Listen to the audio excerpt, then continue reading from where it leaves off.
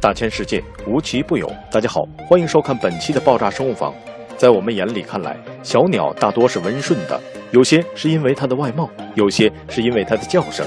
但下面这种小鸟明明有着可爱的外貌。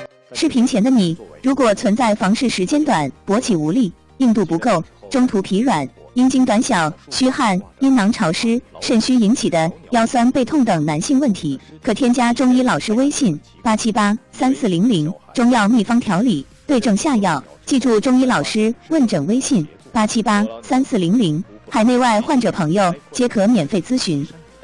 常在田园、果园及树丛间活动。伯劳鸟生性凶猛，嘴型大而强有力，嘴略似鹰嘴，翅短圆，通常呈凸垄状，脚强健，只有利钩，素有小猛禽之称。通常以昆虫为食，但也可以捕获青蛙、老鼠，甚至其他小型鸟类。而每当捕获猎物后，都会返回树枝上，将猎物挂在带刺的树上，然后在树刺的帮助下将其杀死，撕碎而食，故又称为屠夫鸟。而成语劳燕分飞中的劳指的就是伯劳鸟。伯劳在古代诗歌中通常用来比喻夫妻、情侣、亲人、朋友的别离，但现在现实生活中却是鸟中猛禽，还是做串烧的一把手，这反差实在是有点大呀。好了，今天的视频就到这里，感谢大家的收看。